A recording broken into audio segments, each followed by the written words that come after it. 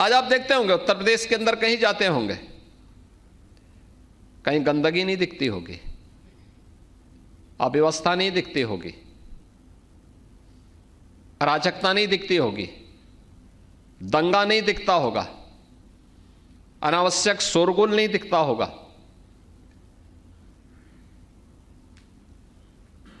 Rule of law आपको उत्तर प्रदेश के अंदर अक्सरशः एक केवल भाषणों का विषय नहीं, जमीनी धरातल पर दिखता होगा। ये जमीनी धरातल की एक हकीकत है। कोई सोचता था अनावश्यक धर्मस्थलों से माइक की आवाजें बंद हो जाएं? हां, सबसे ज्यादा माइक थे यूपी में, हमने सभी उतार दिए हैं। आज यहां पे नहीं होती है। पर्व और त्योहार के अवसर पर सड़कें जाम होती थीं और प्रतिस्पर्धा फिर विकास के लिए नहीं होती थी। एक पक्ष कहता था धर्मस्थल के अंदर जगह है, वो कहता नहीं मैं तो सड़क पे ही करूंगा। हमने कहा सड़क चलने के लिए है, और अगर सड़क पे ज्यादा देर खड़े रहोगे, जाम करोगे तो हर्जाना भी भुगतना पड़ेगा। फिर अब तय कर लो क्या करना है। आज आप देखते होंगे सड़कों पर कोई भी ऐसा नज़ारा नहीं होता है, सड़कें खाली हैं। अलविदा की नमाज में भी आपने देखा होगा और ईद के अवसर पर भी देखा होगा। उधर ये लोग करते थे तो दूसरी तरफ भी लोग आते थे, कहते थे साहब अब हम तो भी हनुमान चालीसा चौराहे पे करेंगे। हम उनको समझाते थे अरे मंदिर का ये जगह है। लोग कहते थे नहीं, जब वो कर रहे हैं तो हम भी करेंगे। हमने कहा नहीं कि किसी को भी नहीं करने देंगे। आज आप देखते होंगे कॉमन मैन को समस्या नहीं, बेटी भी सुरक्षित हुई तो व्यापारी भी सुरक्षित हुआ है। ये तब जब सुरक्षा का एक बेहतर वातावरण दिया गया। लेकिन बेहतर वातावरण देने के लिए अचानक सरकार कदम नहीं बढ़ा सकती। पुलिस की पारदर्शी भर्ती की प्रक्रिया को आगे बढ़ाया गया, उनकी कैपेसिटी बिल्डिंग किया गया। मैं भी देख रहा था आपके कुछ सम्मानित पूर्व अध्यक्ष जो महाकुंभ के साक्षी बने थे, उनमें से एक पूर्व अध्यक्ष बोलने लगे। उन्होंने कहा कि पुलिस भी सहयोग कर सकती है और बुजुर्गों का सहारा बन सकती है। ये महाकुंभ में हमने देखा था। हमने कहा यही है बिहेवियर चेंज, कैपेसिटी बिल्डिंग का परिणाम है। ये जो एक निश्चित ट्रेनिंग का पार्ट बनाया गया। जब 2017 में हम लोग आए थे, 1.5 लाख पुलिस कर्मियों की भर्ती यहां खाली थी, जगह खाली थी। अनुमान करिए जिस राज्य में 1.5 लाख पुलिस कार्मिक को पद खाली हों, क्या हालत होते रहे होंगे उस राज्य के। और खाली इसलिए थे क्योंकि माननीय न्यायालय को, माननीय उच्चतम न्यायालय को और माननीय उच्च न्यायालय को तत्कालीन प्रदेश सरकार पर विश्वास नहीं था कि पारदर्शी भर्ती की प्रक्रिया संपन्न कर पाएंगे। मैं भौचक था, मैंने कभी 1.5 लाख पुलिस की भर्ती, पुलिस के पद खाली पड़े हुए हैं तो ये भर्ती होती क्यों नहीं है। मुझे बताया गया साहब इसलिए नहीं भर्ती हो रही है क्योंकि कोर्ट ने स्टे लगा रखा है।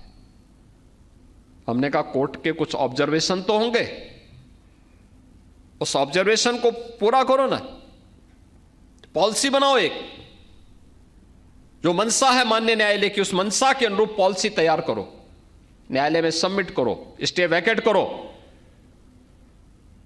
फिर मेरे सामने प्रस्ताव आया कि साहब अगर हम एक साथ इतनी भर्ती करेंगे तो ट्रेनिंग कहां होगी। मैंने कहा ट्रेनिंग की क्षमता कितनी है, कहा 3000।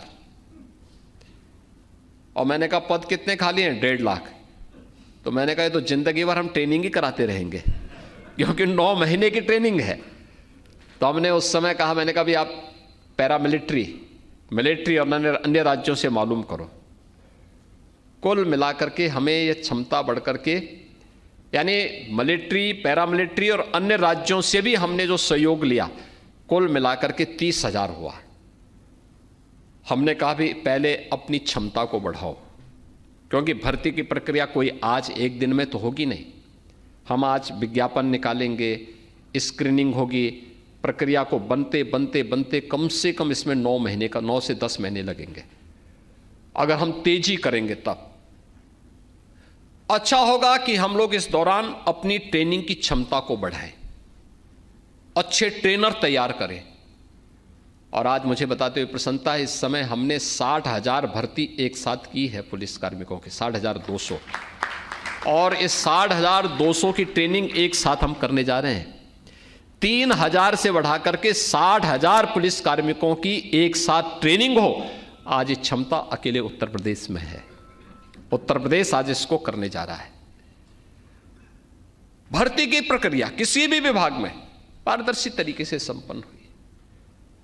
आप मुझे बताइए कि जो व्यक्ति पैसा दे करके भर्ती हो रहा होगा तो वहां जाकर के वो भजन थोड़े गाएगा। और यही होता था, यहां पे यही होता था, बोली लगती थी, चाचा भतीजे में प्रतिस्पर्धा होती थी कौन कितना वसूली कर ले। लेकिन आज ऐसा नहीं है, आज पारदर्शी तरीके से सारे कार्य चल रहे हैं। और यही कारण है सरकार पॉलिसी लाई, अपने रिसोर्सेस को बढ़ाए, सरकार ने अपनी इनकम बढ़ाई, अतिरिक्त टैक्स का बोझ जनता जनार्दन पे भी नहीं देने दिया।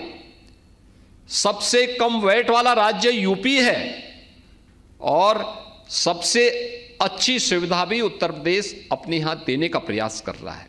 इंफ्रास्ट्रक्चर पर ध्यान दिया गया। कोई सोचता था उत्तर प्रदेश के बारे में पहचान क्या थी?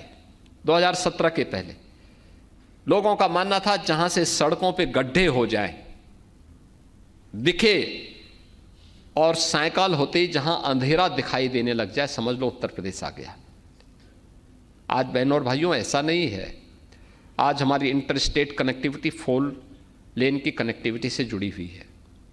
देश के अंदर सर्वाधिक एक्सप्रेसवे, देश के कुल एक्सप्रेसवे का 55% उत्तर प्रदेश के पास। देश का सबसे बड़ा रेल नेटवर्क उत्तर प्रदेश के पास।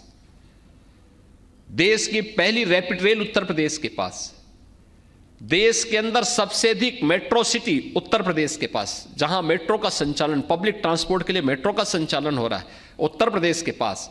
और जो अभी मनोज जी कह रहे थे या हर्षवर्धन जी कह रहे थे कि लैंडलॉक्ड स्टेट है, देश का पहला इनलैंड वाटरवे उत्तर प्रदेश के पास। उत्तर प्रदेश के वाराणसी से लेकर के हल्दिया के बीच में चालू हो चुका है, उसे प्रयागराज तक एक्सटेंड करने की व्यवस्था। और उत्तर प्रदेश में हम लोगों ने इनलैंड वाटरवे अथॉरिटी का गठन भी हम लोग कर चुके हैं, जिसमें हम लोग उन सभी संभावनाओं को आगे बढ़ाएंगे जिसको हम कर सकेंगे।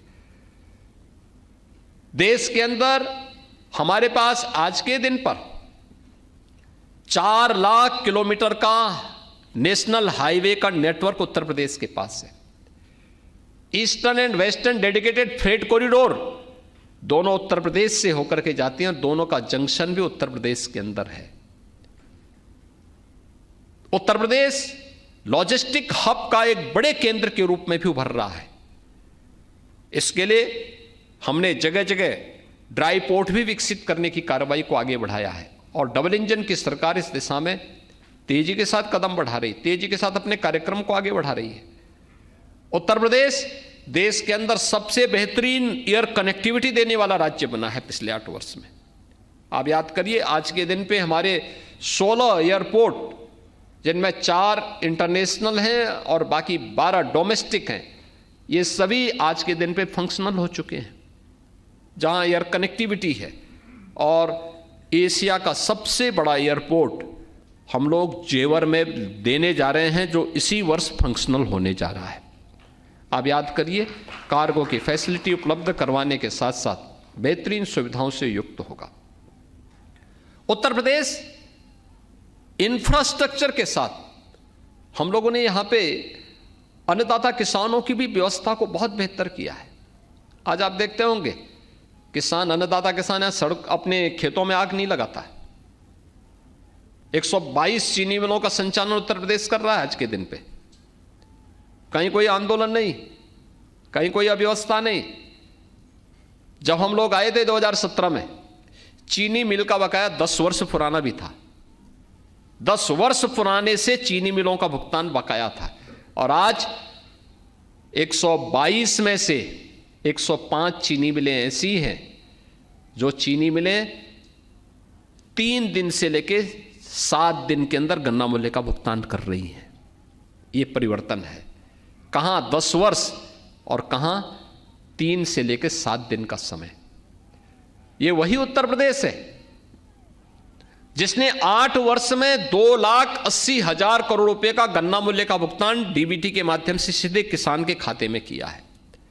अगर 1996 से 2017 के बीच में हम देखेंगे, इन 22 वर्षों में जितना गन्ना मूल्य का भुगतान गन्ना किसानों को हुआ है, उससे भी 60,000 गन्ना मूल्य का भुगतान अतिरिक्त हम लोगों ने मात्र 8 वर्ष में ही गन्ना किसानों को किया है। यानी ये चेंज है, ये परिवर्तन है। पहले लोग यूपी में इन्वेस्टमेंट के लिए नहीं आते थे।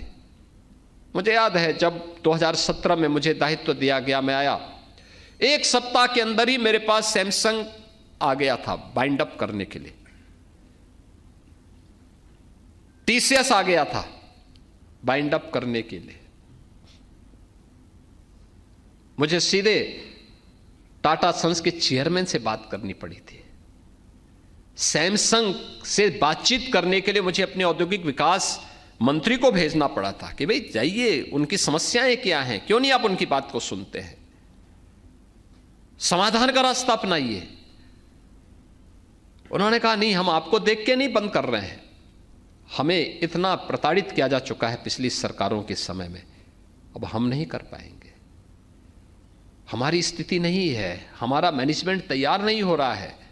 हमने कहा बदल चुकी है, प्रताड़ना आपकी हुई होगी, लेकिन जनता ने उन्हें बदल दिया है, उन्हें कहीं का नहीं छोड़ा है। अब तो आप कम से कम जनता की भावनाओं का सम्मान करते हुए यहां आइए, यहां रहिए।